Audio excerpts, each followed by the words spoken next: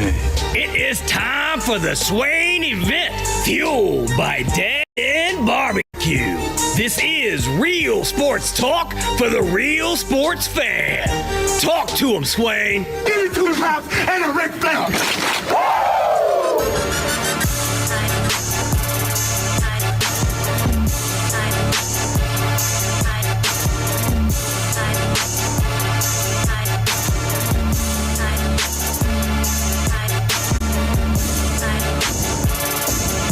Swain Event, SwainEvent.com, fueled by Dead End Barbecue. Top 100 barbecue restaurant in America.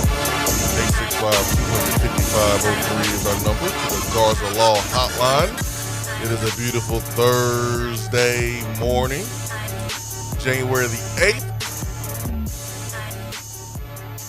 I'm Jason Swain, live in the Low T Center studio. Thank you for joining us this morning or whenever you have decided to hit the play button on the Swain Event podcast. We appreciate you. Appreciate your time. A lot to get to today. Last couple of days have been emotional, to say the least. No need to apologize for having passion for the program that you cheer for, that you care about. Sometimes, it gets a little out of hand, but hey, that's kind of part of it. But I would rather have that than apathy and people not caring. So, Ben McKee, GoVols 247. Good morning, sir. Hope you are well. Got a lot to get to today, and I promised that we would talk more basketball today on Thursday. But Ben, I don't know if I can follow through with that promise, man. What do you mean? They won. That means we get to talk about them for 2 hours. I'm glad they won. I thought they played. I'm glad that you're glad that they won. I'm glad they won. Now, your cousin did not have a fun experience in Knoxville. Tennessee had him in handcuffs. We're not related. I don't have any cousins from Columbus, Ohio. That's not my narrative. Yeah. My narrative is that your cousin turned it over 7 times in Thompson Bowling Arena on Tuesday night. I don't know who he is. Dalen Swain. Don't try to act like you don't know him just because he turned it over 7 times. That's not how family treats one another. I don't know him. Family sticks together through the tough times and the good times. He scored 34 points against Mississippi State, had 14 rebounds, was awesome this past Saturday to lead them to an overtime victory. You were all up in my text messages, hyping him up, all about his success. And now publicly, because he had a bad game against your Vols, you're going to act like you don't know him? That's crazy. Wow. That was good, man. You was working on that all morning last night? You was working on that? That was good. I was too busy singing the soundtrack to Cars with my little ones on the way to daycare to be playing that one this morning. I'm just kidding for anybody who is unaware. Dalen Swain from Texas is not related to Jason Swain. I'm just giving him a hard time like I usually do. Okay, we can talk football now. All right, thank you. Tennessee got commitment. Hey, from the transfer portal. Let's go. Tennessee's not done. They've got 3 now. They got 3, but I mean, it can balloon to like 6 or 7 here in the next 48 hours. It could balloon to 4 by the time we get off the show. You just never know. Yeah, so I mean, there was cause for concern. There's still cause for concern. Correct. There was, high level alert, cause for concern. There is still cause for concern, but being able to address the cornerback position, I didn't think freaking out about Virginia Tech losing out on the kid playing corner was worth losing your composure over. But there's still concern. But Tennessee, like I've said on multiple platforms, multiple days, it's how you finish, it's not how you start. So Tennessee can still finish strong. The start hasn't been ideal when you understand the importance and the sense of urgency that we have to have accumulating talent based on the football season. Like, there's no surprise that Tennessee need to get better defensively. Like, there were examples every Saturday. Every Saturday in SEC play, there was a reminder, oh, yeah, we got to hit the portal when the portal opens up. And that did not happen, okay? That doesn't mean you can't still get good players. That doesn't mean you can't have, a good football team. But right now, people are justified in asking questions about the approach that has been taken so far. That doesn't mean that you can't finish strong. But Tennessee is in position to get themselves a running back from the portal. Tennessee is in position to get themselves a defensive tackle. They've got themselves a corner. They'll continue to need to do that. Tennessee is in position to possibly get themselves an interior offensive lineman, which you heard me say on Tuesday. If you listen to me, I know you're a big fan of that.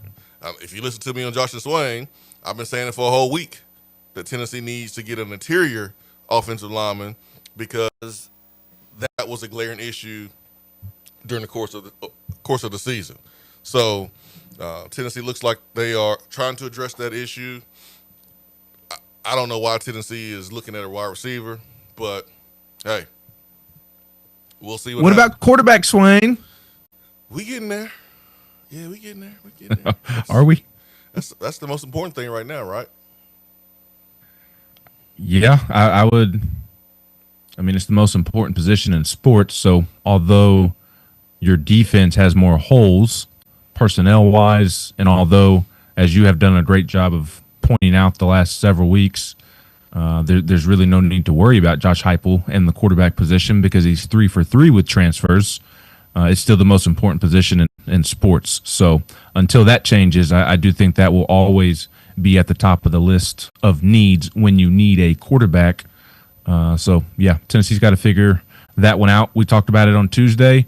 Look, I'd sign up for a year of Ty Simpson in a heartbeat. I'd sign up for a year of Joey Aguilar in a heartbeat. It just does not seem like those scenarios are very likely to happen. So I thought it was always very curious, at least from the outside looking in, it seemed like Tennessee was hitching its quarterback plans to those two quarterbacks. And hopefully Joey does work out. Again, I'd love to see another year of Joey Aguilar. I think that'd be great for Tennessee. I think it would put Tennessee in a great position offensively going into next season. There's just no way of knowing what the federal court system is going to do or when that decision will even come down. So they've got to figure something out at that position. Sam Leavitt on campus as we speak. I kind of think he is holding out for Oregon personally. A lot of people seem to think that as well. So I'm in believe it when I see it mode with Sam Leavitt. And if that does happen, not to be Mr. Glass Half Empty, but I'll be curious to see where they pivot with a quarterback because obviously they will still need one. I mean, why wouldn't you if you're Sam Leavitt? Why would you not prefer Oregon and wait on Oregon? I mean, he's from the left coast. I mean, he's from Oregon. I mean, that's home. That's home to him. Also, and he'll get a paycheck. You get that, and you look at the track record in the last couple of years of quarterbacks, transfer quarterbacks that have went on to the next level. You look at Bo Nix. You look at Dylan Gabriel. You look at I feel like I'm missing somebody. I mean, Dante Moore is going to be the next one. He's a transfer technically. Yeah, so I mean, he is a transfer. Dante Moore originally went to UCLA. So Oregon has had this run of quarterbacks that they've had, and those guys have went to the next level. So if you're Sam Leavitt, you're from Oregon, you look at that success, I mean, I get it. But if you're Dante Moore, you should stay at Oregon. Because you think so? Huh? I kind of, just a simple thought, I kind of view him through the same prism that I view Ty Simpson in the sense of it's a weak draft class. You're going to be quarterback number 2. I get the whole Jets and was it the Raiders, the other team? Jets. But they're going to be there next year too. No, but if you are QB3 next year, because Dante Moore can get better. I mean, he had a good year, yeah, but it could be better. You want to avoid the Jets at all costs if you are Dante Moore. Yeah, I get it, but is your stock going to be higher than QB2? It don't matter. You'd rather your stock be a little bit lower. No, your stock can still be high, but avoid the Jets. Avoid the Jets. You're going to get money. You're the quarterback at Oregon. Like, you're good. Avoid the Jets at all costs. Avoid them. That's certainly a very fair thought. There's no doubt about that. But if it were to come down to stock and not necessarily potential teams you land at, I do think the smart decision would be to go now if it's only about being quarterback 2 in a weak draft class this year. But if you want to avoid the Jets, or I guess Mendoza's probably going to go to the Raiders. But if you want to avoid the Jets, then the move would absolutely be to go back to Oregon. But it seems like most people think that he is going to enter the draft at some point. Well, if you are Tennessee, you want Dante Moore to return to Oregon. And I think Dante Moore should return to Oregon. I think it's the best move for him in his long-term career, because no quarterback drafted in the Jets in the last 30 years have done anything. They've drafted quarterbacks. They drafted quarterbacks only for them to go somewhere else and ball out, like Sam Darnold. So going back to Sam Levitt, the price tag is not going to be cheap, okay? Brendan Sorsby got $5 million from Texas Tech. Sam Levitt is rated the number 1 quarterback in this portal. So Sorsby kind of set the market. Tennessee is going to have to pay that price around about. You're going to have to come off some cash if you want Sam Levitt. So that's the decision Tennessee, I'm sure, has already made before they brought him in on the visit. Why bring him on the visit if you're not willing to spend that type of money? That would be a waste of time. So your options are running out. You look at Calandra, the quarterback from UNLV, the Virginia Tech, the Virginia transfer that went to UNLV, had a good season there. He is at Nebraska now. So your options are running out. I mean, you could call Dylan Raiola, but it seems like no one is really talking about him like that. Let's get to the phones. I haven't seen anything about him. No, I haven't either.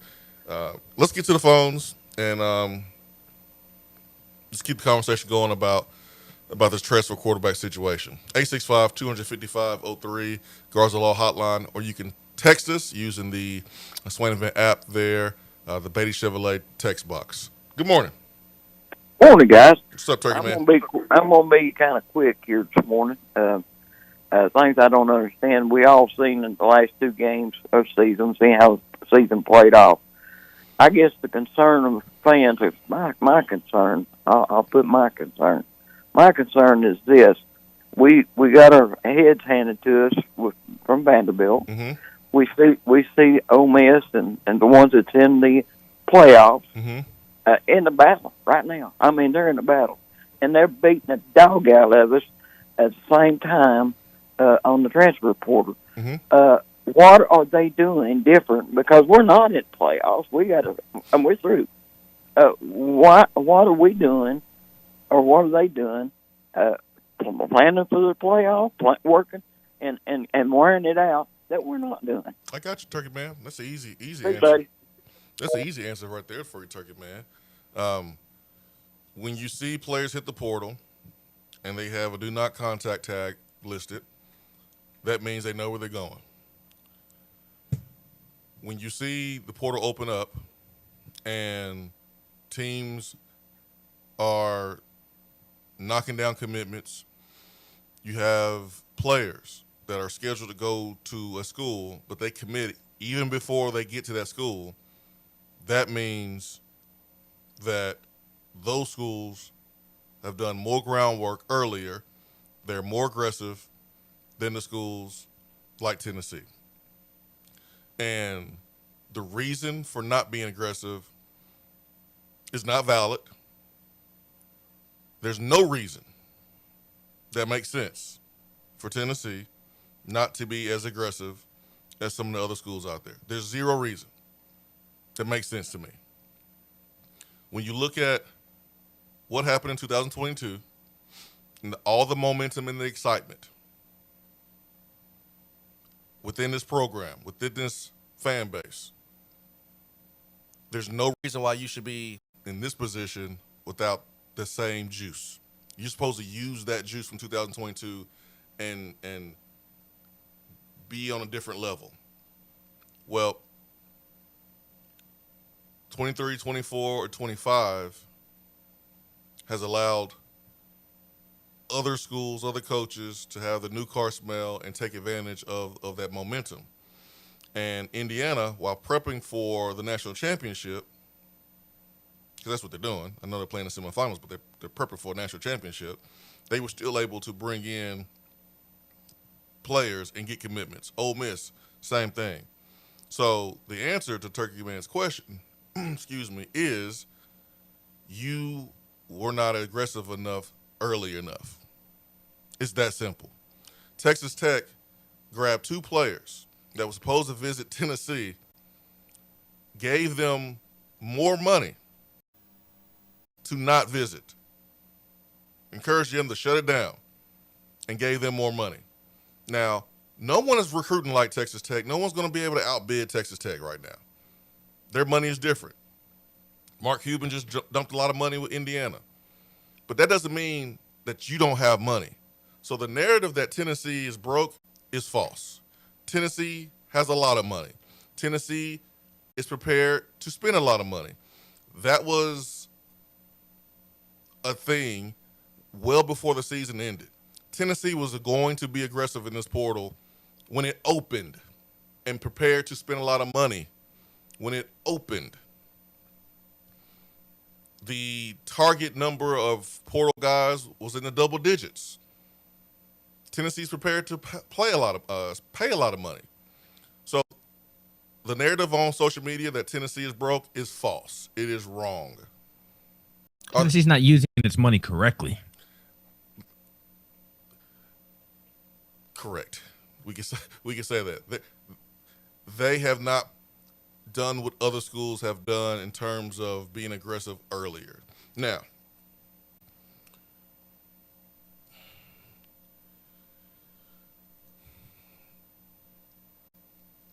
Tennessee, with the whole Nico stuff, I'm sure it didn't make the NCAA necessarily happy. But there are no rules. Like, there are no rules. So don't tell me that we can go through what we went through with Nico, take the NCAA to court, but we're the only team that is not willing to be more aggressive earlier. Now, that's fine. That's the approach you want to take, but it's a losing approach. You're going to lose. It's really that simple. You don't have good players, you're not going to win. It's that simple. You got to have good players. This ain't basketball, where you can take some older guys, you can take some skilled guys, and you can go toe-to-toe with anybody in the country. Kentucky has spent $22 million on their roster. They are borderline NIT team right now. It's almost like there's no guaranteed success with the portal from year to year. Well, there's a thing called a prerequisite. Lifting weights, working hard, extra film study, practicing hard, having leadership, acquiring talent, these don't guarantee you a championship, but you have no shot of winning anything without those things. You have no shot. You have zero shot. Unless you have talent, you're not winning. You got to have talent to even give yourself a chance. Once you get the talent, now there's other factors that play into it, Ben. Luck with the health of your football team, the leadership of your football team, the play calling and the X's and O's part of it. That's where your coaches come into play. The will, the toughness of your football team, that's where your head coach comes into play. Like, there are other factors that influence whether a team wins or not. Because I can look at Texas and they're talented. They're not in the playoffs. What's the difference between them and a team that's in the playoffs? Well, there's other factors that play into it. So, yes, year by year, it's different. It's crazy right now. I get it. But this ain't the time to be making excuses. You adapt or you die. It's that simple. We can't be waiting on, well, I guess we'll just wait to see if you're going to get collective bargaining. We'll wait to see if Congress does something. We'll wait to see if there's some guardrails. No. You got to do what it takes to win now. Like everybody else. Now, everybody else is having issues too. It's not just, one program. I mean, you got Ohio State fans that are freaking out. They won a national championship last year. They freaking out right now. So everyone is kind of freaking out. Notre Dame fans are freaking out. But again, you can't lose 5 games next season. Everything is built on Tennessee football winning. You're trying to do a lot of things in a lot of different sports. And I'm all for being an everything school. I think it's awesome. I'm a guy that always supported other programs when I was a player. Love going to women's basketball games. Love supporting our women athletes, baseball guys, basketball guys. Hey, much love to all of them because they put in work. They represent the Power T. But football is king here, and everyone knows that. And there was a good feeling after the 21 season, and then the 22 season happened, and I felt like that allowed for everything else to fall in place and the belief level be at a point where people were willing to give money. There was a complete buy-in from the fan base and all that good stuff. Well, with the football being in the position that it's in, all that stuff is threatened right now. Your fan base has questions. They're questioning everything. Why give money to this program? Why do an entertainment district? They're questioning everything because football is not where it needs to be. So we got to do whatever it takes to get that right. Now, Sam Levitt.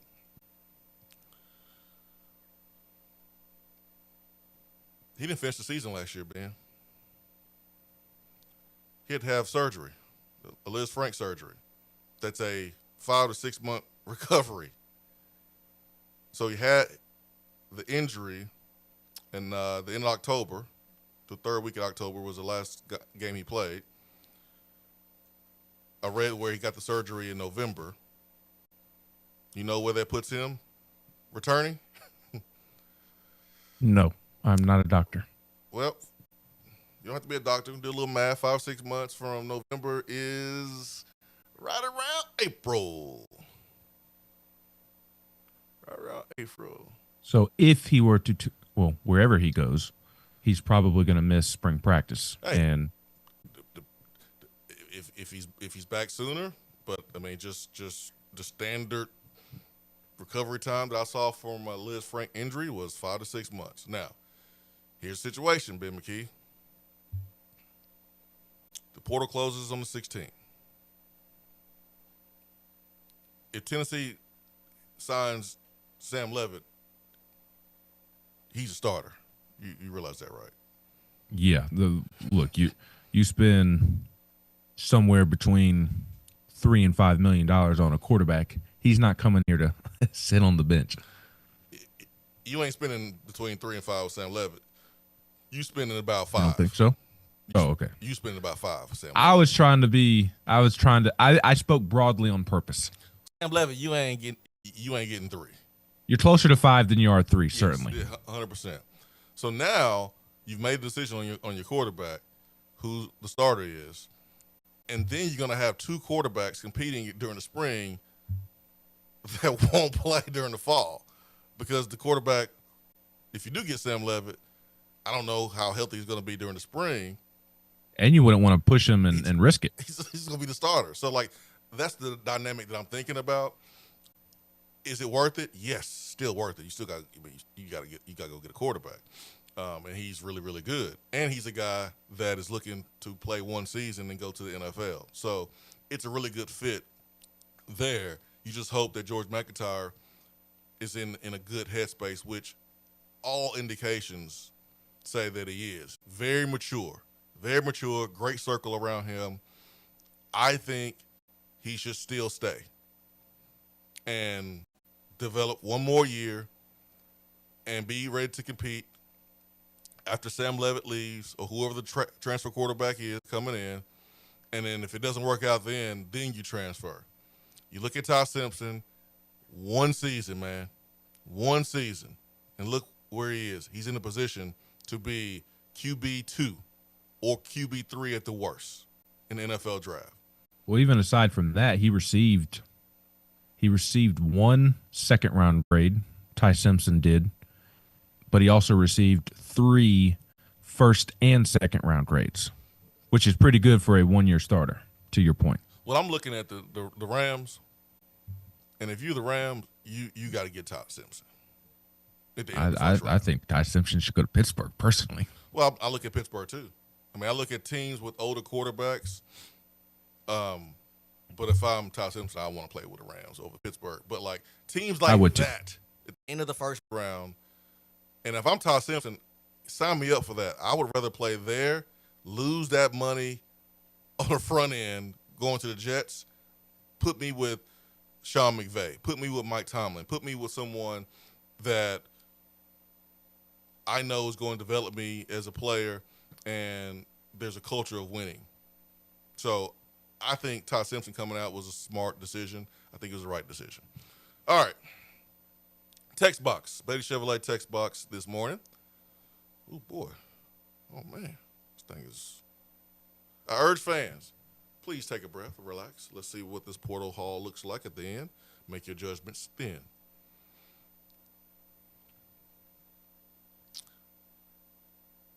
Charge of all, who is responsible for getting ahead of the transfer portal? And are we slow to the party because of the sanction we just got out from under? I think that decision is above Josh Heupel. I think that's a decision above Josh. I think if you Josh, you're like, go, let's fix this mess quick as possible. I think that's above Josh Heupel. I don't agree with the approach.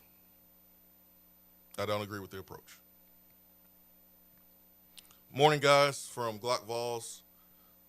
More important position, to get Levitt or an elite edge player? Both. B-O-F. Both. Look, I will, like I said earlier, I'll always put the quarterback first because it's the quarterback, most important position in all sports.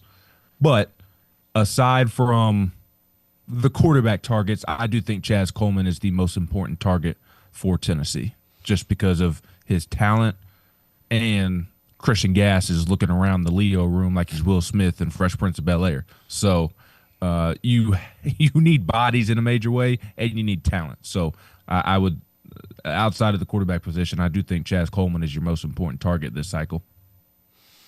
Because of Heupel's success with transfer quarterbacks, I would say edge player. The fact that this thing has gone on as long as it has for Chaz Coleman, I think it's a good thing for Tennessee. I think Tennessee has given Coleman and his family a lot to think about. I mean, he is 2.5 hours away from Columbus, and sometimes that's a good thing, but sometimes it's not. Sometimes you need to get away from home. And so the original thought when he hit the portal from Penn State was that he was going to Ohio State. He has not committed to Ohio State. And so I think LSU's is giving him a lot to think about. Tennessee certainly has, and he should be making a decision here in the next day or 2 or 3, but really, really soon. And if Tennessee can land him, because of Heupel's success with transfer quarterbacks, I would say getting him is more important than Sam Levitt right now. And then if Coleman commits to elsewhere and he's off the board, then I would say Quay Russaw, the Alabama edge rusher who is supposed to be here on Sunday, he then becomes Tennessee's most important target on the board. Why can't you get both? I might sign up quicker for both of them than I would for a year of Joey Aguilar. Because I say that kind of sarcastically, but look, if you could tell me that I'm getting both, where do I sign? How quickly can I sign? Give me that all day long. Well, why not try to get both? Because think about Miami and where they are right now, and why they are where they are right now. Their pass rush is the best in the country with that duo. Yeah, on both sides of the line. But you won't see me freaking out about Jordan Ross hitting the portal, because Jordan Ross in 2 years, he's made a lot of money here at Tennessee. Because remember, you paid for a 5-star to get him here. He barely played his freshman year. His second year, he had a sack and a half. He wasn't developing at the rate in which you were paying him or what matched his ranking coming out of high school. And I think we started to see why Florida, Georgia, and others backed off of him in the recruiting cycle. So, he's taking a visit to LSU. Hey, good luck, my man. Go do it. But if you're Tennessee, I'm sorry, you can get more production for the price you were paying Jordan Ross. So take that money and go spend and go get you multiple edge rushers. I mean, you got to get them anyways. But I'm saying be aggressive and get top-tier guys. Don't just get warm bodies just because the room is cold. You have opportunity to flip the script. You can rush the passer like Miami. Boy, oh, boy. That changes things. That would be everything. Just as important as landing a Sam Levitt or a high-profile quarterback. I'm totally with you. Tennessee should be all in on doing exactly what you just said. I just personally am in believe it when I see it mode with Chaz Coleman. There's reason for optimism there. Not saying that there's not. I'm not trying to insinuate that he's not coming to Tennessee. It's just I think that would require a massive recruiting win for Tennessee to beat out Ohio State, beat out the in-state school, and not just the in-state part of it, but Ohio State's had its fair share of members of its front seven go to the league and be developed as well. So I think Tennessee's just kind of swimming upstream in that recruitment from the beginning, but we'll see. So that was more so of the lines that I was speaking from is that it would be kind of surprising if Tennessee did pull off the Coleman win from my perspective. I understand where you're coming from. I would not be surprised because of the connection there with Jim Knowles and his staff on defense. I mean, that's why I would not be surprised. Adam Carter says, but how is Levitt's foot? If I'm going to cough up that much money, I got to know you're going to play. Yeah, I mean, Tennessee had multiple guys that got hurt and was unable to play, and Tennessee played a heavy price tag for it. And so if you're Tennessee, you want to avoid that. You want to do your due diligence. I think if you're Tennessee, you need to have your doctors examining Levitt. You need to have Levitt's agent providing x-rays and medical information to know that this investment is not going to backfire like it did, last year when you had multiple guys out for the season and they couldn't help you and you was paying them a lot of money. Vol Smitty says, what if we just fall back to Taven Jackson? I'm gonna keep it rolling. I don't think that's something you need to be doing if you're Tennessee. I mean, that would have to be you have to have a third quarterback, and you would have to strike out on a lot of people before I was willing to bring Taven back. No offense, Taven, no offense, but I think at that point you would be preparing for George McIntyre to start and bringing in Taven to just be a body in the room, and Tennessee just can't bring in a body just to have a body in the room. It needs to bring somebody in that's I think that's the starter from day one, quite frankly. Yes. C-Mac would like to revisit my question from Tuesday. Is Chaney providing feedback on potential portal targets? How has his role changed with the Knowles hire? Chaney was working with the defense during the course of the season. He was working with the defense remotely. He was right there in the flesh in Nashville at the bowl game, helping defense. Now that Knowles is the defense coordinator running that defense, I don't know if Chaney is going to be continue to be used in that area on that side of the ball, or if he's going to help Heupel on offense. If I am Heupel, I am using him on offense. That's what I would do. Chaney has had plenty of success calling plays, designing passing concepts. he had one of the most prolific passing years under Tyler Bray when he was here. So if I'm Heupel, I'm using Jim Chaney as much as possible. Trev 6'7", any nuggets on the strength coach? 0. Not right now. I know Corey Miller's on the list. You look at some of the ties that are connected to Heupel, the Indiana strength coach, Ole Miss strength coach. Would you go anywhere if you are those guys? I don't know. The Indiana strength coach reportedly is the highest paid strength coach in the country. Why would he go anywhere? So, and Tennessee's not going to talk to them until those teams are done playing in the playoffs, most likely, I would expect. That is not the most important hire right now. The players get back soon, and they start class week after next, and workouts start. When workouts start, they probably should have a strength coach in place. But for right now, we have time. You got a little bit of wiggle room. You got time.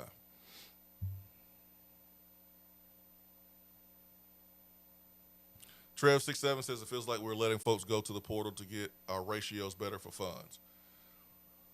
Yeah, like if you produce, we will pay you.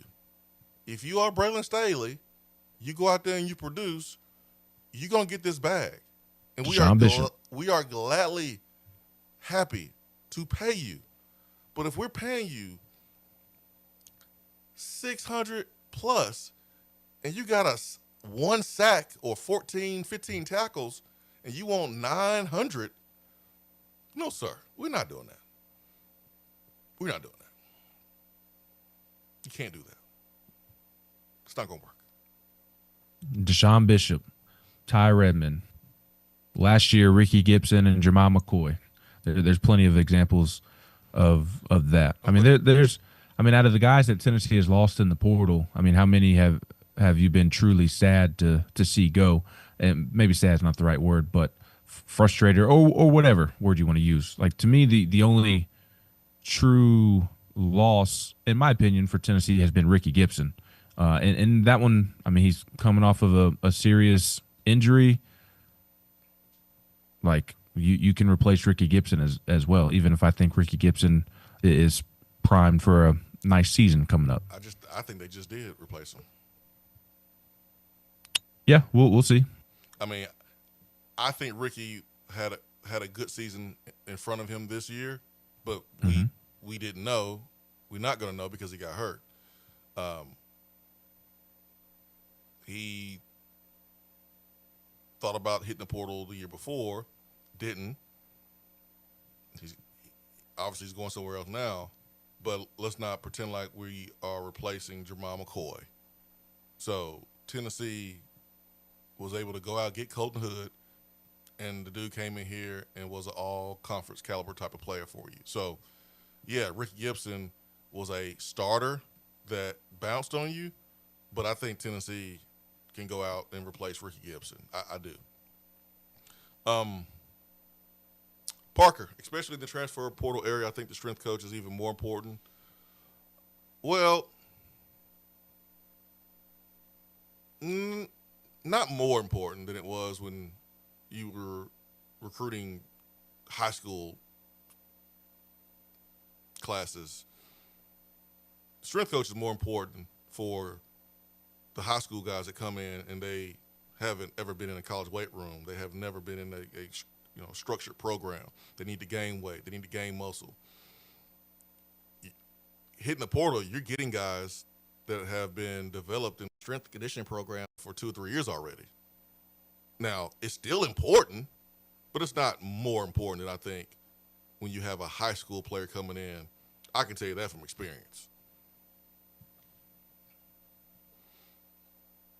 Georgia fans are definitely freaking out, saying that Georgia is broke. Maybe these coaches and schools are starting to stand up for themselves and are really evaluating where to spend the money. That's what's going on. That's what's going on around the country. Auburn's doing it. Georgia's doing it. There's Florida's doing it. Everybody's doing it. Everyone's like, whoa, let's take a step back. Let's be a little bit more responsible about how we spend our money and give our money to guys that we know have produced. This is why I think we're going to see a shift, and I think Tennessee needs to be a part of that shift of prioritizing more players from the portal rather than high school? Why are we paying a kid who's never taken a snap in college the same amount as someone that's been on your roster already, that you know what you're going to get? That doesn't make sense to me. So I think more schools are taking that approach. We need billionaires. Man, I was in the backyard trying to find some oil, man. I ain't find any, man. Somebody get Dolly on the phone. I'm assuming Dolly's a billionaire. Wouldn't you assume that? I probably would assume that. Or close to it. I mean, that's a hard ass. Because you got to think about Tennessee's boosters have been the ones that's been funding this stuff for decades and decades and decades.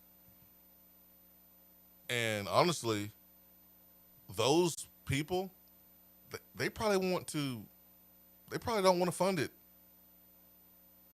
anymore. Because Dolly Parton is worth $500 million, by the way. But wow, that's surprising to me.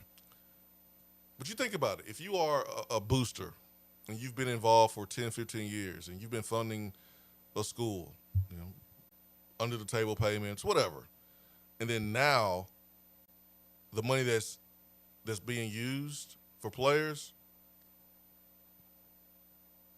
that player leaves after a year, like, you probably are more inclined now than ever to keep your money in your pocket because you feel like it's going to be wasted. You would rather your money be put on a building with your name on it because you know that's going to last, rather than giving your money to a player that's only going to leave after a year or you're not going to produce. So I just think it's harder now than to rely on billionaires, especially the old ones, the ones that have been donating for years and years and years. Like the new ones, like Mark Cuban in Indiana, yeah, cool, whatever, because now his money is bringing in results. So he's going to be more inclined to give again because he's seeing the results. But the old boosters, that's going to be tough, I think. Mark Cuban basically treated Indiana like they were on Shark Tank. Pretty much. He was like, Indiana had to pitch it to him, sell him on it, and he saw some results, and he bought in. I saw a story yesterday. I'm blanking on the school, but there was one donor. I don't know that he was a billionaire, but he was a big donor, and he was just very upset from the lack of lack of faithfulness from the players to the school. He did not like that they're just getting paid and bolting, and he was inclined to stop giving until there's more loyalty. That's the word that I was looking for. He doesn't want to give when guys are just coming for a couple of months, taking the money, and then leaving. I saw that too. All right, can you remember which school it was? It was a black and gold school, I thought. Black and gold.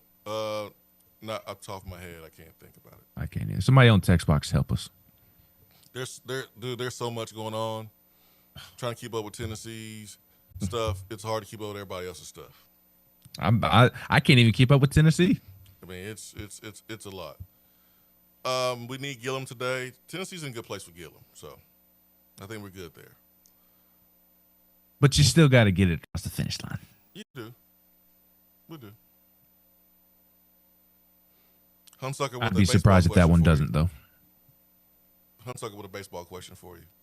Yeah, so he asked about no, not just Hunsucker, Brian Hunsucker and Nelson from Jackson asking about Anson Siebert, who was Tennessee's highest ranked signee 2 recruiting classes ago, a pitcher who turned down the draft to come to Tennessee, dealt with an arm injury last season as a freshman, so he redshirted, then had to have another cleanup procedure, I believe, and missed fall practice, and he is not going to be with the team this semester as he steps away from the program for personal reasons, and quite frankly, he was just not handling his responsibilities adequately as he was rehabbing his injury, just disengaged from the program, quite frankly. So that is on him, and that is why he is not going to be part of the team this upcoming semester, and I do not think that it'll affect Tennessee's pitching plans very much.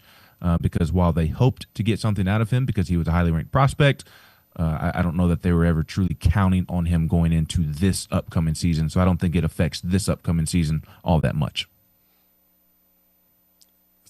Man, that's that damn Ben McKee, man. That's that damn Ben McKee. Woo, boy. Yeah, just giving everybody what they want to know. Baseball in the middle of the portal madness. Somebody said Troy Aikman and Dante Moore. Troy Aikman did say that, but that's not the same. Troy Aikman said that like a couple weeks ago. He said he gave money for a player, didn't get a thank you. That player wound up not even being there anymore. That was Dante Moore who went to Oregon. But this were comments that were made this week from a big money booster connected to a school. At Colorado. Shout out to DB on the text box for letting us know. Colorado. I knew it was black and gold. Black and gold, black and gold. Yeah, it was Colorado. I remember now. So, that's where we are, man. That's where we are. And I don't blame the boosters for feeling that way. I think Troy Aikman's being a little, I don't need a thank you per se. I just, if I were able to give money, I would want results. But like it would feel weird if I was giving my money to people who were just coming in and out of the door nonstop. It would feel a little weird. Man, what do you mean you don't need thank you? If I let somebody borrow $5, I expect a thank you. It's my money. It's the polite thing to do, but like thank me with wins. Give me a win over a thank you note. No, give me both. Okay. I need both. I need a thank you, man. Like, I need a thank you. I don't think that's too much to ask. This is my hard-earned money. Okay, maybe I would like a thank you, but I'm not going to publicly complain about it. I guess is more my point with Troy Aikman. I think Troy. I get that. I get that part. It comes off a little weird to me that you're complaining about not getting a thank you publicly. I understand. I do get that. 865-255-03 is our telephone number. Ben McKee, Go Vols 247. I'm Jason Swain, live here in the Low T Center studio. We'll hit the text box back up when we return. Swain Event, fueled by Dead End Barbecue.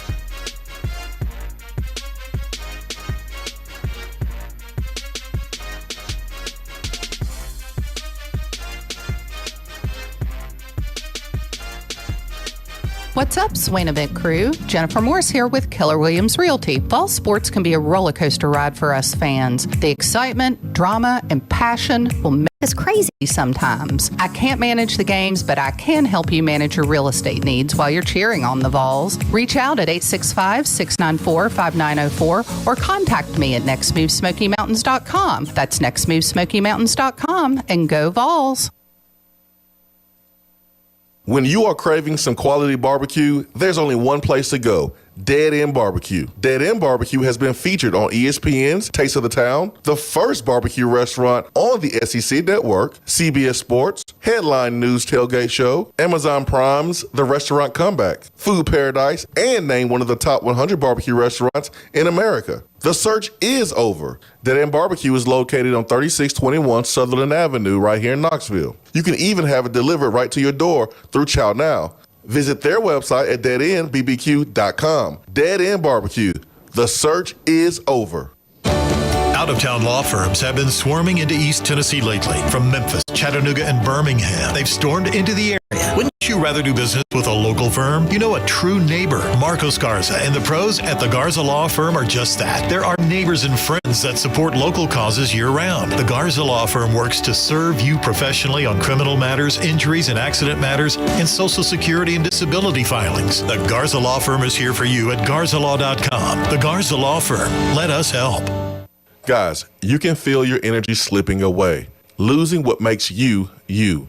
It could be low testosterone. Take action now. Low T Center can help reclaim your energy with a quick and simple free T-test. Visit Low T Center and receive pharmaceutical-grade testosterone never compounded like other clinics. Experienced providers increase your testosterone to the level that is just right for you. Treatment is covered by most major insurance with affordable self-pay options available. The best you is waiting. Book your free T-test at trtmvp.com. When you are craving some quality barbecue, there's only one place to go. Dead End Barbecue. Dead End Barbecue has been featured on ESPN's Taste of the Town, the first barbecue restaurant on the SEC Network, CBS Sports, Headline News Tailgate Show, Amazon Prime's The Restaurant Comeback, Food Paradise, and named one of the top 100 barbecue restaurants in America. The search is over. Dead End Barbecue is located on 3621 Sutherland Avenue right here in Knoxville. You can even have it delivered right to your door through Chow Now. Visit their website at deadendbbq.com. Dead End Barbecue. The search is over.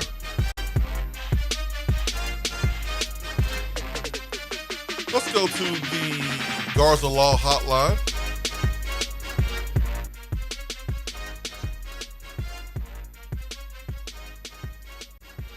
Garza Law, right here inside Knoxville. Invested into our community. Why trust out of town law firm when you have Garza Law right here? Marcos Garza. Let them help. Let's hit up the hotline. Good morning. Hey, good morning. What's up? Hey, Jason, what's going on? It's Big Rod in Clarksville. What's up, Big Rod, man? It's good to hear from you. You too, my man. How you been doing, brother? I'm great, man. Just you buzz? I need more winning, man. I need more winning. Yes, sir. Hey, Jason, I just want to know from you, are we still in a situation, 8 years later, where we still need, third string Alabama and Georgia running backs to help us? Third string running backs from Alabama and Georgia? Third string running backs from Alabama and Georgia. No, we don't need. It just seems we don't need those guys. Okay. Yeah, this is one thing we can say about this program. The running backs are going to have really good success in this system. We've had 3 all-conference running backs. We've had 2 different position coaches coaching running backs, and the results speak for themselves. And so there were people kind of freaking out about, Cam Cook going to West Virginia. He led the country in rushing yards from Jacksonville State. And, I didn't freak out because when you are Cam Coleman and you feel like you have a lot of leverage, you come from a place where you're the number one guy. Yes, you want the money, but you also may want the number one spot of where you're going. And if you're Tennessee, that's not up for debate. Deshaun Bishop is the number one running back. Now, you could be willing to come in and compete, and if you're better than him, okay, you may win the job, but we're not giving you the job on the front end. There was a point of time this season, early in the season, where Star Thomas was the best back. But Deshaun Bishop became the best back and took over and got reps late in the season like he was the number one back. And so I'm not worried about Tennessee in the running back position because of our system. We produce results from that position. Now, I do like some home run hitters. I want guys that can go make guys missing space. Peyton Lewis worked hard, ran tough, played hard, but that wasn't his specialty, making guys missing space. I need guys that can make guys missing space, guys who are not accounted for in the blocking game, and then go hit a home run. I think if you can find that in the portal, no matter where they're from, no matter what level, you bring that in. Yeah, where did we find Tyron Evans from? Do you remember when we found Tyron Evans? Where did we find him from? It was JUCO, I think. Okay. Hopefully we can find someone like that. And he didn't last, so yeah, I know he didn't last, Jason. He didn't make the league. I know, bro. Well, he didn't last here at Tennessee. Yeah, I know he did last year. Yeah. He went to Louisville and still didn't pan out. So. Yeah. So my point is, you can find a good running back production. Well, it's good talking to you, boy. I'll holler at you, man. You be careful. God bless. Thank you. Good to hear from you. Cam Cook, not Cam Coleman. I say Coleman. Yeah, I know that wide receiver 1 is on your mind. My bad. Cam Cook, my bad. I was thinking Cook, and I said Coleman. It's crazy. But, yeah, Cam Cook. People are freaking out about him. Like, if Tennessee misses out on a player that they're targeting from the portal, it's not because of the same reason. Oh, man, we broke. Oh, man, we ain't willing to pay. No, it ain't the same reason every time. Everyone has their own. If Tennessee, go ahead. No, go ahead. I was just going to quickly add that if Tennessee were beat out for money, it's because Tennessee elected not to pay what another school was willing to pay because of their thoughts on that particular player, not because they don't have the funds for that player. I mean, that's kind of how I'm looking at it. It's free agency. Folks who think that Tennessee is out of money or doesn't have the requisite amount of money or the money that's needed just need to change their thinking and view it through the prism that it is very much a professional free agency, whether you want to look at it through the NFL way, which would obviously be the best way to look at it because of how the NFL values positions. That's how college is doing it as well. But it's no different than MLB free agency or NHL or NBA.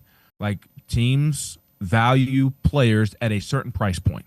Yes. It's that simple. And when another school does pay more for a player that Tennessee is going after, it's almost always that school valued that player at a higher price point than Tennessee. Not that Tennessee didn't have the funds to go get that player. Yes. Tennessee has to be more responsible with who they pay a lot of money to, as every other school in the country. Everyone is trying to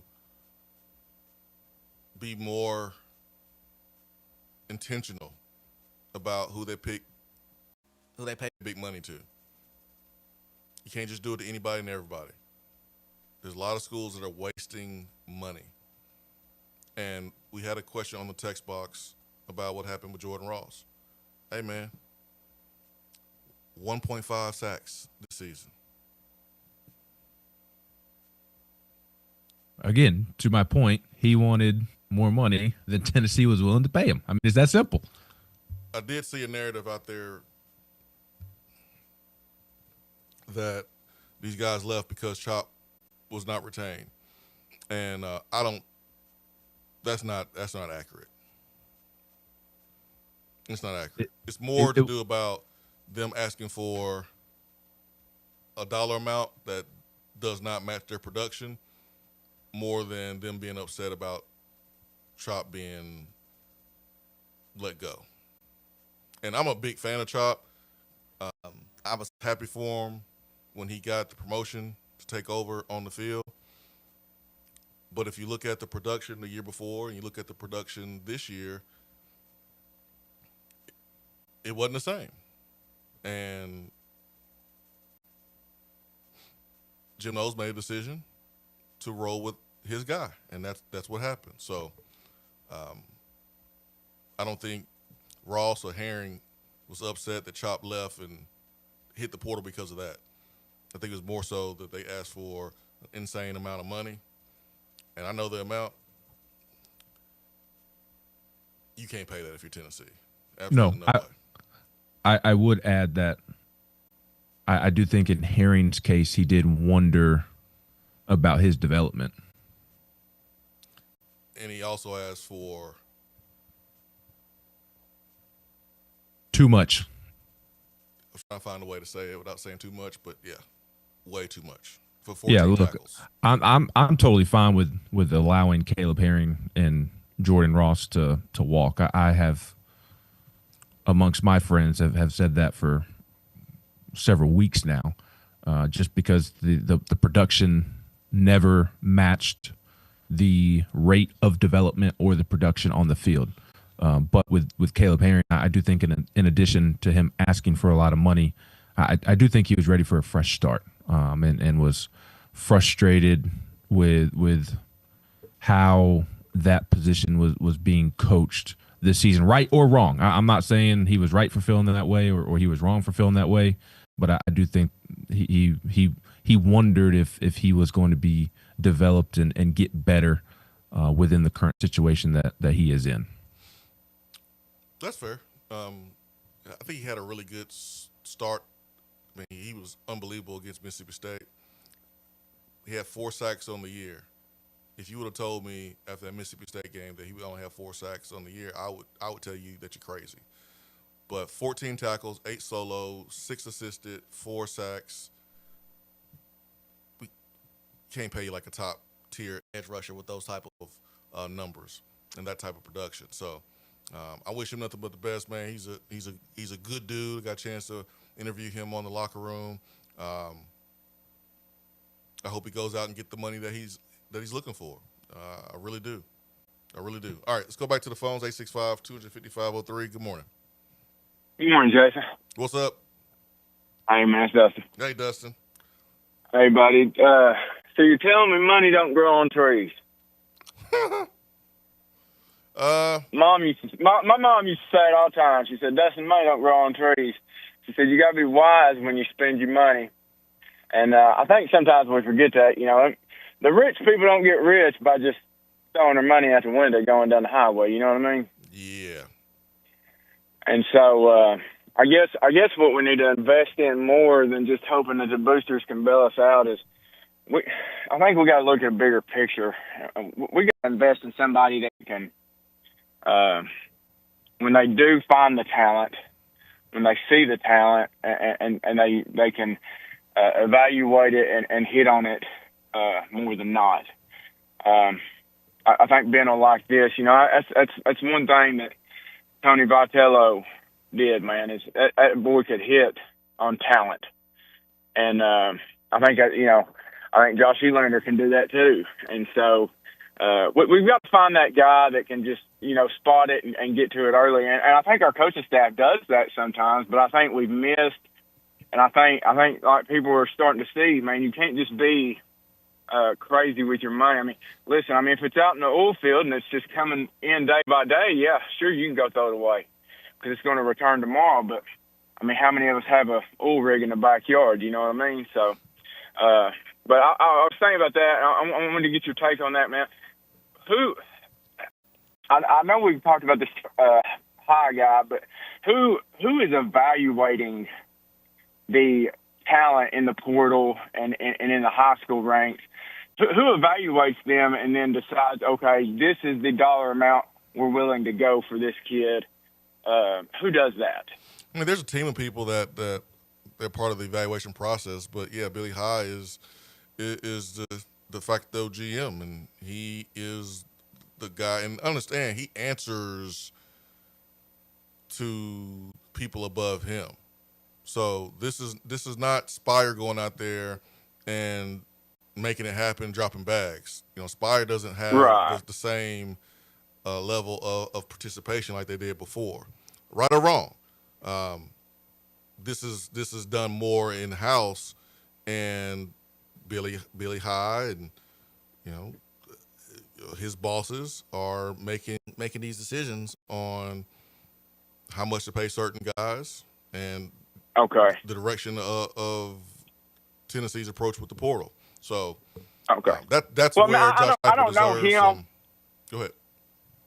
I don't know him, personally. I don't know about him is what I'm trying to say. I don't know his background or track record or anything like that. But I do know I've listened the last couple of days and I've heard some things like, Vanderbilt got a guy that was in recruiting that was very high level. I think, who was it? Was it Oklahoma hired the guy that was the director of the Senior Bowl who's seen talent roll through year in and year out? You know what I'm saying? I think we may have to invest in somebody that's high level. Now, I don't know who else is out there that's high level in your opinion or whatnot, and maybe this guy is high level. I don't know, Jason. I'm just racking my brain. If we're going to have to do it on a budget, which we are, that's fine. But eventually, hopefully, college football will be what it is. It's a business, and they'll come up with some guidelines. But until then, I think you have to invest in the top people that are telling your coaches, okay, here's some talent. And the coaches are saying, okay, but this is what we see in him. And he's saying, well, coach, maybe this would be better for, what I'm saying? We need somebody at a high clip. And I don't know if that's this guy or not, but that was my thought on it, man. I appreciate y'all letting me have a minute. All right, thank you. At the end of the day, man, Billy High answers to the athletic department. And so it doesn't matter who you have in that position. The guy in that position has to have the leeway to do what is needed to acquire talent.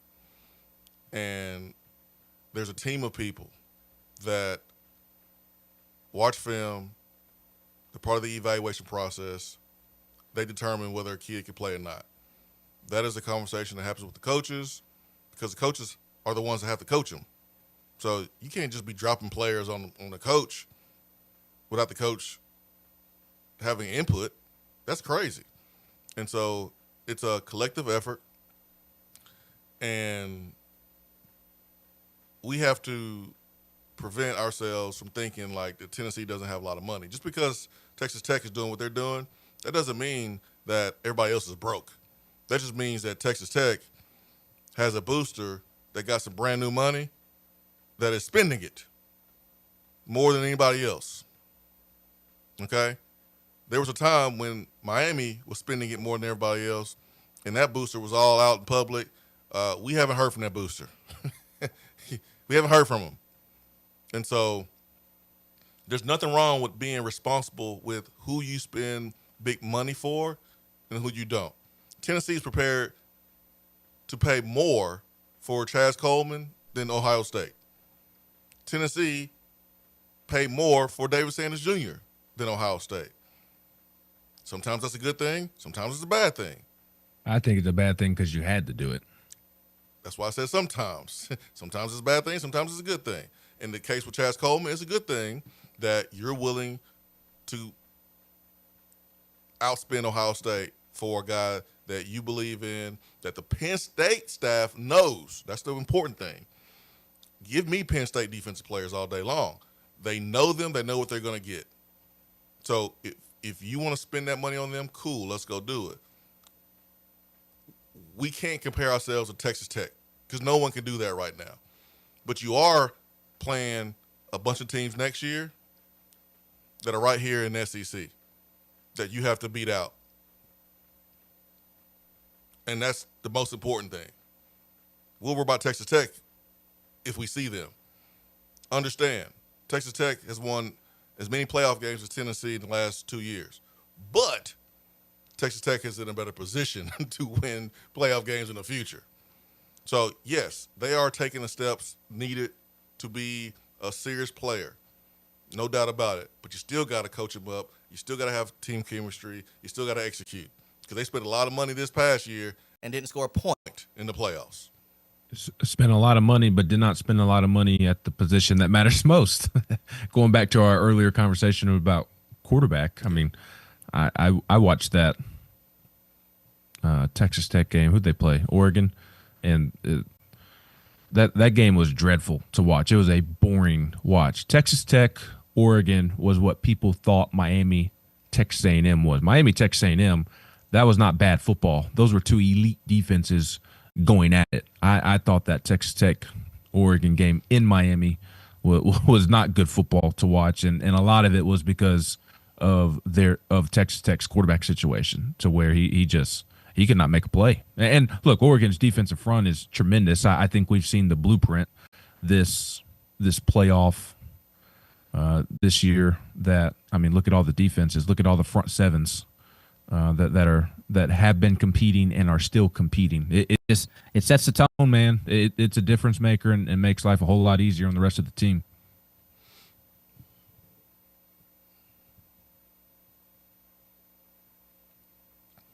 I'm going back to the text box. 865-255-03. Caleb, I appreciate y'all being my freak out thermometer. Let me know when it's time to freak out. Well, to be honest, y'all are never going to see me freak out publicly anyways. I'm just not going to freak out publicly. I was concerned. I am concerned. I'm not sitting here telling you not to be concerned. I'm not telling you that I'm not concerned. I am concerned. But the game is still going on. There's still time on the clock. I'm not one of the people, and this is why you don't see me tweeting during the game, football or basketball, because the game ain't over.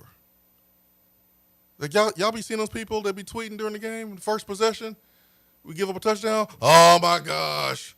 Oh man, the game is over. Bro, sit down somewhere. Like, get a hold of yourself, man. Golly, man. Like, the game's not over. So I'll let it play out. We're not going to know if this roster is good enough until the fall. If we're keeping it at 100, we don't know. We don't know. And so the truth is, the start hasn't been great. There's no debating that. The start hasn't been great. But that doesn't mean that the finish can't be strong. The finish can't be great, that you can't go out and put a good team together and fill holes on defense and get the quarterback that you need and go get an interior offensive line and get a running back who's a really good complement to Deshaun Bishop. It doesn't mean that you can't get the players you need to go win football games. The start hasn't been ideal. That's all. Real D from the 423 says, if T-Lander is staying, move him to D-line or somewhere where slow feet can't eat. Long snapper or something. That ain't nice, Real D from the 423. It's true. It's true. He's not the quickest. He's not the fastest. And he probably shouldn't be your starting linebacker next year. But he's everything. He's everything you want in a football player. He's everything you want. But you would like for him to be more athletic, and I understand that. Tennessee has to be more athletic at the linebacker position. They got to be better there. But maybe he's sticking around because Jim Knowles saw something in him and talked to him about staying. Why else is he still here? I mean, I would think maybe he likes to be a Tennessee Volunteer, man. Yeah, oh, he absolutely does. I mean, Jeremiah T-Lander is from the old age of college athletics, where playing at a particular school meant something to the players. Those are few and far between nowadays, but he is certainly one of them. But and look, Jeremiah T-Lander was not good enough this past season. I'm if I'm being totally honest, I'm not going to have high hopes for him next season. But if we want to view it through a positive lens, like I think if Tennessee wanted to push him out the door, even with him wanting to play at a particular school, like he could have done that. So just trying to be positive, maybe Jim Knowles sees something in Jeremiah T-Lander and has already communicated with him that he'd like for him to be a part of his defense. I still think Tennessee needs to prioritize Edwin Spillman and Jaden Perlotti at that position, in addition to whoever they bring in. But if Tennessee wanted to push T-Lander out the door, it could have done so. So I don't know. Maybe Jim Knowles sees something. Maybe that's a mistake, though, because I do think Jeremiah T-Lander is more of a Big Ten linebacker than an SEC linebacker. Like we're talking, there's conversations about, okay, what are the defensive linemen? What are the defensive ends going to look like under Jim Knowles? Bigger bodies, is that bigger bodies? Is that a good thing in the SEC with the speed and athleticism? Well, so I don't know. We'll see.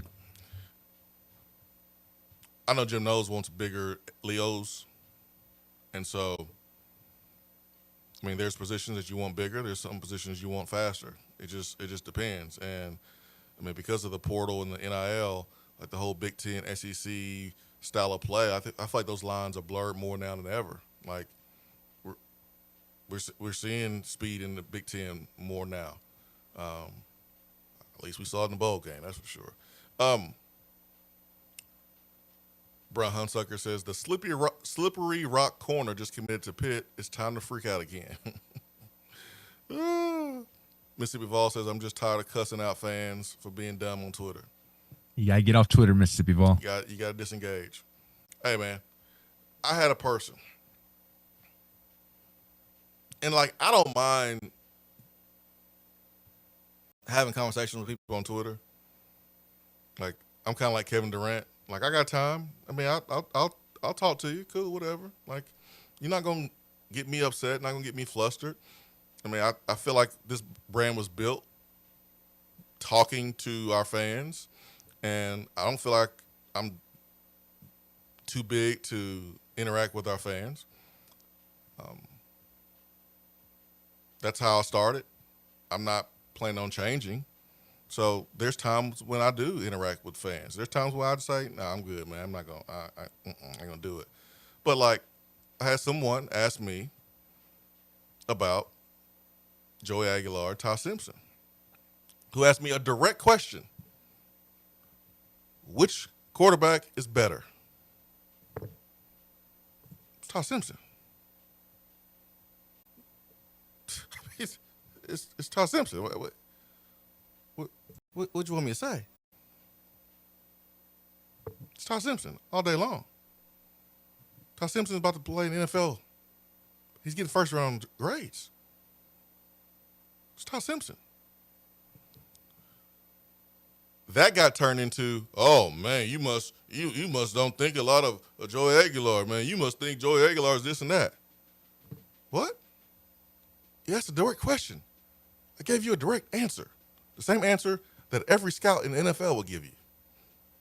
What? What are you talking about? So, sometimes Mississippi Vol, you gotta disengage. Sometimes, because hey man, some folks ain't gonna get it. They ain't gonna get it. You should let them go. And they're gonna hear what they want to hear. They're gonna hear what they want to hear, man. They're gonna hear what they want to hear. It happens all the time. Something that's said here or on Joshua Swain ends up on the message board, and it's completely wrong. It is completely wrong. But hey, it's part of it. I just want to know which Tristan Keys jersey Mississippi Vol has ordered. All of them. Has he even ordered one yet? Because should you get a Nike? What? All of them. But should you get a Nike Tristan Keys jersey when he's not ever going to wear a Nike Tristan Keys jersey? I think the move would be to wait and order an Adidas Tristan Keys jersey because that's what he'll play in and because he is an Adidas athlete. But are you getting the orange one, Mississippi Vol, or the white one? I know you're getting one. I know you're getting one. Which one are you getting? That's what I want to know. He'll have one. That Tristan Keys is Mississippi Vol's guy. 100%, man. So we had a question. Here you go. I know you'll love this question from me. We had a question on the text box about why Tennessee is bringing in a transfer wide receiver for a visit. So I will give you the floor to answer that question. I already answered it earlier. I don't know. I mean, I commented on it earlier. I don't know. I don't think that's what we need, but that answer earlier was not suffice enough for me. I don't have an answer, man. I don't know. You got two starters returning. You don't play a lot of dudes at receiver. You got two freshmen that play a little bit this season. They're going to be better next season. You got Tristan Keys coming in, and he might not be the best freshman receiver. Oh, with Tyreek King coming in? Tyreek King is a stud. He's a baller. He's a baller. People forget about him, I think, because he's a local kid, but he's a stud. He is a baller.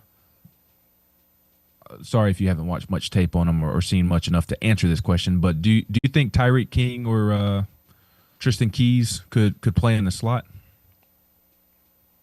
Tyreek King, 100%. He got feet like Staley. Because the only reason, Swain and I were texting about this the other night, and when I say this is not me saying that it makes sense for them bringing in a wide receiver on a visit, because it does not make sense. There's so many other needs, so many other places that resources need to be committed. There's really no time to waste on a receiver. But if you could get him for very, very cheap or basically nothing, like I don't think it's the craziest thing, because you could use another slot body, but that's the only logical reason that I could come up with. I still would not waste my time with it, so please again, do not take it that way. But that would be the only logic behind it from the outside looking in, is if you were able to get him for basically nothing, get him for cheap. The LSU receiver did run a 10.01 in the 100 meters, so he can pick him up and put him down. So you think you can get an LSU transfer for cheap? No, I don't think that he would be for cheap. I don't. That would be very surprising to me if he were cheap. And the other two visits, I'm blanking off the top of my head, the other two schools that were mentioned where he's visiting, the other two schools would not suggest that he is cheap either. Yeah, I don't understand the move there or the logic, because you got a ton of receivers, and Kelsey Pope has done a great job of recruiting and getting these guys on campus. I don't understand it. Yeah, I know last year that they did kind of run out of slot bodies, and you had to run a tight end out there in the slot at times. So maybe more of an insurance situation to make sure that doesn't happen again. But again, I'm just trying to think of what possible. I'm not trying to advocate for it. I'm just trying to get in their brain and think of a logical reason as to why they would want to. Here's the reason I got for you. He's gonna be your punt returner. He's gonna be kickoff returner. Like, just pure receiver, I don't get it. But I do understand if he is a special teams threat, if he is a guy that you can, put it running back, he's a gadget guy. I get that. I understand that. Because we have not been a threat in the return game in 5 years. Now, D. Williams was good as a punt returner. We had a punt return in the bowl game, but we have not been a threat in the kickoff return game in 5 years, outside of that one return against Illinois. You were good with D. Williams. So the margin of error is very thin.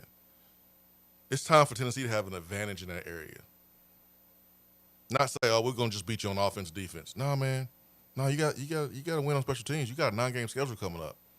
Like, you got to find every advantage. And so if you can get a young man, he's fast, and he could be a return specialist for you, then I see it. But I don't understand paying a lot of money for high school receivers and then bring him in. I don't get that, especially when you need so much help on defense. I don't understand that. So I found the reason. All right, what's the reason? He's got dreadlocks. That's not a good enough reason. Everybody with dreadlocks is amazing. Don't look too far into that with your own research. Just go with what I'm saying there. TCU and USC are the other schools that he is visiting.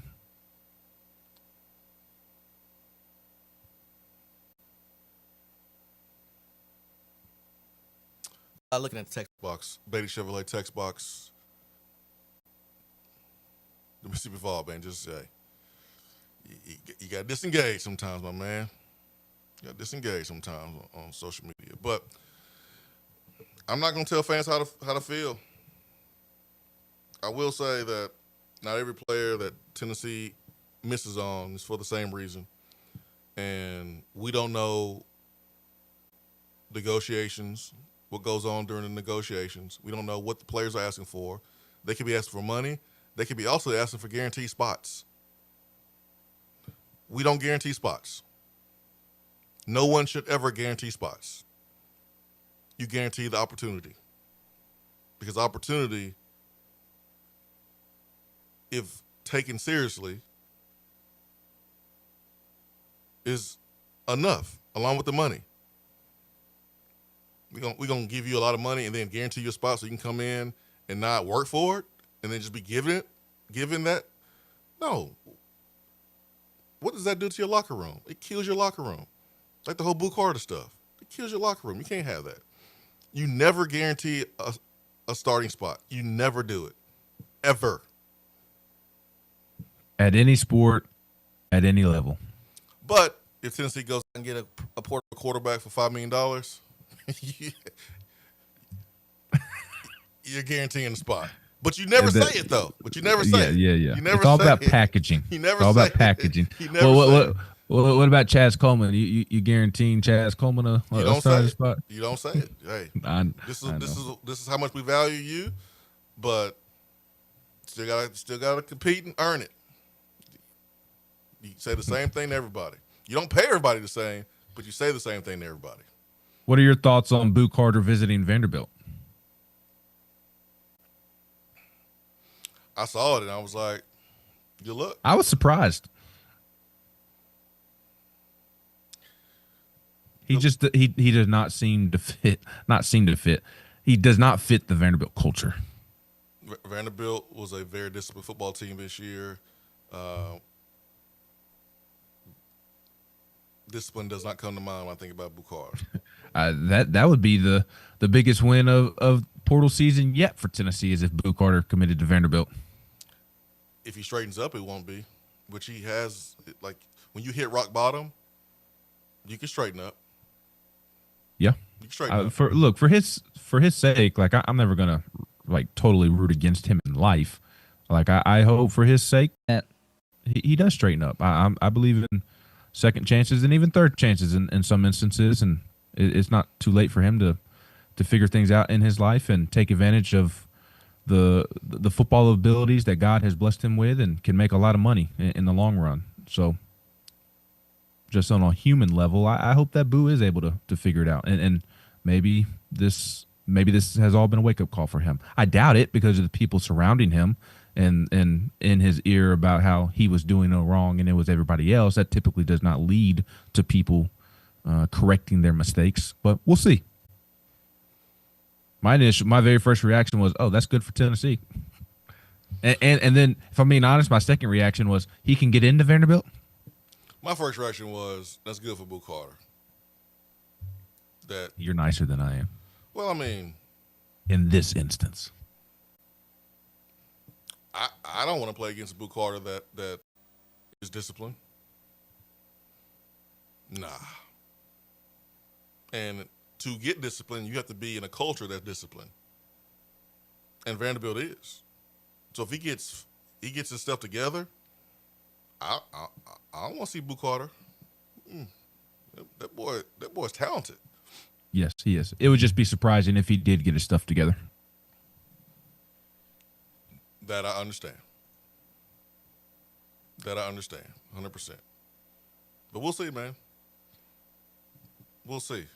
So we should be expecting some portal news soon.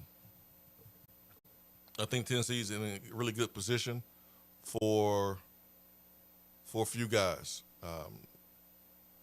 Trying to get some dudes on the defensive line.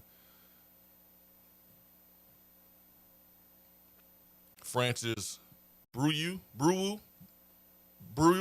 I say it right? We'll just say Brew. Yeah, I'm the Pitt defensive lineman is what I call him until he commits. I'm not learning, bruh. You are bruh until bruh from Pittsburgh. You are, quote, my guy, my man. What's up, man? That's Rick Barnes' go-to. What's up, man? Come on, man. Everybody's man until he really gets to know you, or if you're mad, or if he's mad at you, if you're a player. So until the Pitt defensive lineman commits, he is the Pitt defensive lineman. But he did wrap up his visit this morning, so we'll see what happens there. I mean, if look, it has been it's been a much slower start than anybody expected. A concerning start, there's no doubt about it. But if you could pull off Xavier Gilliam from Penn State, pull off Chaz Coleman from Penn State, the Pitt defensive lineman, I mean, if you could pull off that, I mean, you're starting to feel a lot better than what the mood has been these last couple of days. So he's going to take some more visits. He's going to go to Notre Dame, South Carolina, Ohio State, Indiana. So here's what Texas Tech is doing is different than everybody else. They saying, hey, we'll give you an extra $250,000, extra $500,000, extra $100,000. Shut it down right now. And you're talking about the Pitt defensive lineman right now in terms of those other visits? Yeah. Indiana and South Carolina, Ohio State, Notre Dame. So I'm not telling Tennessee how to spend their money. I don't know the budget. But I wonder if we're using language like, hey, shut it down right now. We're throwing in an extra $200,000 right now. Right now. Because you don't want to get dudes off. You don't want guys to get off campus. And the good thing about the Pitt D tackle is you got them first. Back in the day, you wanted to be the last visit because you want to have the last impression. Now you want to be first. So we were before Ohio State. We were before Notre Dame. We were before Indiana. We were before South Carolina. So that's the good thing, that Tennessee was able to get him on campus, and looks like he vibed well with Rodney Garner. So Just don't let him get on Indiana's campus. man, hey, it's a small win that you were able to get him before Indiana, but I'm wondering why he didn't go to Indiana earlier, because now they're about to play, so you can't go there. You can't go there right now. Yeah, so maybe being in the playoffs is hurting in Indiana in that sense, in this particular instance. Obviously, they are still having a great deal of success. But, I mean, look, Tony Vitello complained about being in Omaha and how it was impacting their portal targets, both in 2023, the Chase Burns year, where they spent about a week out in Omaha. He was not happy that he was not in Knoxville to host transfers, and he thought that was actively hurting them, and it did. There were players the 23 season and the 24 season when Tennessee won a national championship where, because they were not in Knoxville, they weren't able to host transfers, and those transfers were able to go elsewhere and committed elsewhere because they weren't able to visit Tennessee. So Indiana has had a great deal of success, but it could, being away because you're in the playoffs, can absolutely hurt you. It hasn't hurt Indiana. I'm talking about with individual players. I know. I'm just saying. I'm speaking in general. It hasn't. No, them and Indiana and Texas Tech are the portal winners so far. Correct? Yeah. I think there's some other winners. I think Kentucky's doing a pretty good job when you look inside the conference. But Ole Miss is doing a good job. I think Kentucky's doing a good job inside the conference. Ole Miss has done a really good job of retaining its players specifically. Yeah. With Kyron Lacey, making sure that their guys don't hit the portal. Yeah, for sure. And your boy John Summerall has turned it around. They got off to a little bit of a shaky start. Not really his fault, but just by the nature of all the transition and everything. But they've been able to retain some really key players for them, starting with Jaden Ball. Texas was after him heavy.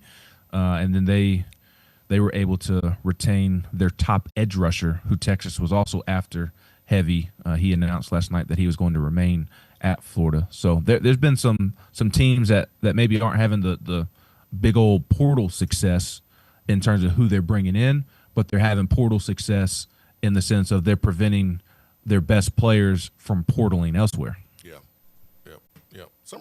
Summerall's going to win. They'll like him down there because he's honest. He's honest. He ain't gonna shoot you on crap, man. That's him. So Tennessee's looking at a place kicker. The Louisville kicker got into the portal. Listen, I know it may not seem like a big deal, but those two kicks against Georgia and Illinois sure would have been helpful. So the Louisville kicker looks like, according to Austin Price, that Sam Levitt is going to spend more time in Knoxville. He's going to extend his visit, something that AP tweeted out a couple minutes ago. So he's going to leave tomorrow instead of this afternoon. So things seem to be getting hot and heavy between Tennessee and Sam Levitt. And so hopefully Tennessee can secure a commitment from him before leaving campus. But the Oregon ties there are too strong to ignore. What's your final say on what you hope happens, I guess, with Sam Levitt? We talked about the injury stuff earlier. With Joey Aguilar is still out there technically. Would you be more than pleased if Tennessee is able to secure and lock up Sam Levitt before he left campus? Hell yeah. Okay. Yeah, man.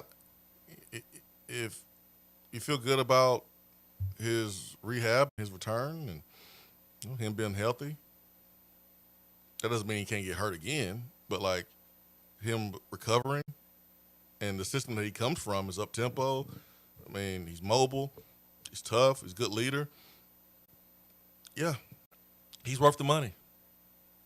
If he's healthy, he is obviously. I'd be curious to hear what a doctor has to say about football players coming off of Lynn Frank injuries. I know basketball players, especially with post players, it's very concerning because of the foot hitting the hardwood so frequently at that force. And Sam Levitt can run, and obviously he's on his feet a lot playing quarterback. So I'd be curious to. You see a lot of basketball players deal with some injuries after coming back from a Lens Frank injury. So I would be curious to hear a medical person's thoughts on a football player coming back from it and the potential for re-injury and things along those lines. That's Tennessee's job, man, to figure that part out. But if everything For sure checks out, I would be ecstatic if you're able to get him. And if I was a Tennessee wide receiver, I would be fired up as well too. You can't wait on Joey Aguilar. You just can't. I'll be fired up to have a guy like that, playing quarterback. So, well, while he is in Knoxville, he should hit up Jennifer Morris for all of his real estate needs. If he is going to move to the Knoxville area, he is, according to our rankings, the number one player in the portal. Not just the number one quarterback, but the number one overall transfer in the portal. It would be a heck of a win for Tennessee. Tennessee fans should be very excited if it were able to land Sam Levitt. And while he is the number one player in the portal, Jennifer Morris is the number one realtor that he should reach out to, and members of our Swain Event family should reach out to. Jennifer already works with several members of our Swain Event family. They love working with her. My family loved working with her. And if you have any real estate needs, looking to buy, sell, rent, whatever, make sure you reach out to Jennifer Morris of Keller Williams Realty. Got a couple players from Penn State they're scheduled to visit in the next 24 to 48 hours. Got a couple Alabama defenders that's going to visit this weekend. They'll be here Sunday. Yep. If they make it, they have several visits before they get to Tennessee. That might be an instance where it's a good thing that Tennessee has the last visit. Hey man, it might be time to get some of these Zoom commitments. Hey, let's do a Zoom tour. Let's do a Zoom visit. Let's get you locked in over Zoom. Unfortunately, it's hard to even fit in a Zoom with these guys because they're just doing day visits at this school. And then, the Pitt defensive lineman, he's at Tennessee today. And then he was at Tennessee tomorrow. He's leaving Knoxville literally as we speak. I believe he's at the airport or his plane just left. I believe he's going to Notre Dame to spend the day here or spend the day in South Bend. So it's even hard to fit a Zoom in. But like I said earlier, I know things are frustrating right now, but if anybody wants to be glass half full or have some positive outlook, your tone with the portal, even if Tennessee didn't handle it the best way possible, if you're able to land Sam Levitt, if you're able to land Gilliam, Coleman, the Pitt defensive lineman, whose name I will learn if he commits, like that should change your tone about how you feel about the outlook of the upcoming season, because those are big time players. Those will be big time wins. In addition to a couple of the guys that you already got, Tennessee appears to be in a good position with Zylan Perry, the running back from Louisiana as well. So if Tennessee can go out and there's still it's been frustrating to this point, but there's still an opportunity for Tennessee to make some waves in the portal.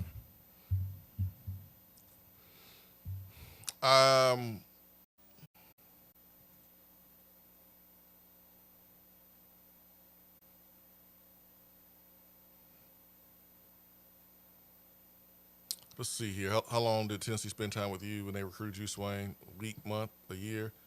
It's just enough time to spend with players now. Yeah, it's not a lot of time. You spend time with your position coach. You spend time with the head coach. You hear his vision. You see the depth chart. And then you find out how much money you're going to make. And, it's a business decision. So, for me, Tennessee recruited me for 2 or 3 years.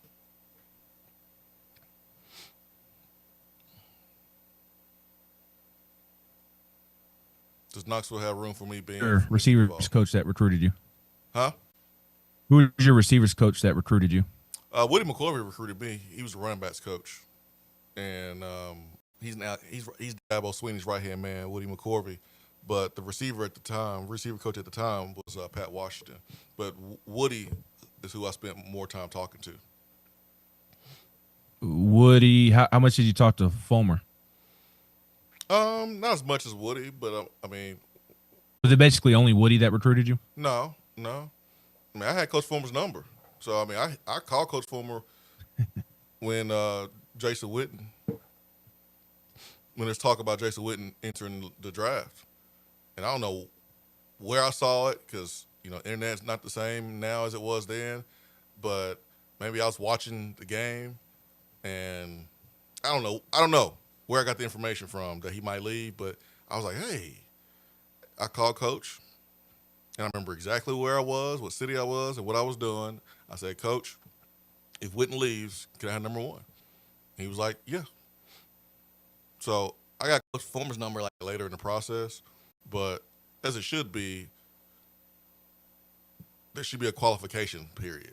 Like, the head coach ain't talking to all the recruits at the beginning. Like, the head coach talks to the serious ones. And so I was serious, and I talked to Coach, a lot more later in the process. What I want to know is if Woody, Fulmer, any of your other coaches spent more time visiting you, talking to you, than transfer portal targets. Well, if I were them, I would be spending more time talking to transfer portal targets, and I would reduce the high school signing class by eight players minimum. That's what I would do. But I'm different, though. I was a guy that, was ready to go physically and mentally. I was ready to go day one. So I'm different, man. I'm built different. I'm built different, Ben. But we'll see, man. We'll see what goes on with some of these targets. I think Tennessee's in position to get 2 or 3 at minimum in the next 24 to 48 hours, and then we'll see from there. Making sure we don't miss anybody on the text box. I think we're good there. Appreciate everyone locking in with us this morning and interacting on the text box. But Tennessee's in a good spot if they execute and land some targets. A little behind, but still in a good spot to achieve their goals from the portal. Still in a good spot. Swain Event, fueled by Dead End Barbecue, Ben McKee, Go Vols 247. Good job, Jacoby Gillespie. Absolutely balled out last night, 2 nights ago. 34 points, was efficient, was locked in, defense was good, took care of the basketball. It was a good performance. On the road, toughest place to play in the SEC, in the O-Dome, and they'll have to lock in even more against the defending national champions, who are not unranked. But boy, they are tough to play on the road. So that'll be a good one this weekend to check out. And then Tuesday, we will be back to maybe talk about it. Depends on what's going on with the portal, man. Can't make no promises. The portal, the football portal, is more important than everything that's going on right now on the Hill, man. It just is. Well, whether we talk about it or not just depends on whether they win. Yeah, I mean, that too, my man. That too. We're front runners on the Swain Event, apparently. No, we just know what the lead stories are. I'm joking. There's no need for this. But here's one thing I want you and Nelson from Jackson to remember. Tomorrow marks 42 days from first pitch. Let's go, Elander. Let's get some winning, man. I'm all for that. I'm just trying to get a ticket, man. That's the hardest ticket to get around here. Swain Event, fueled by Dead End Barbecue, top 100 barbecue restaurant in America. Hope everyone has a great rest of your day. Tuesday morning, 8 a.m. We'll be back then. Peace and much love. We are out.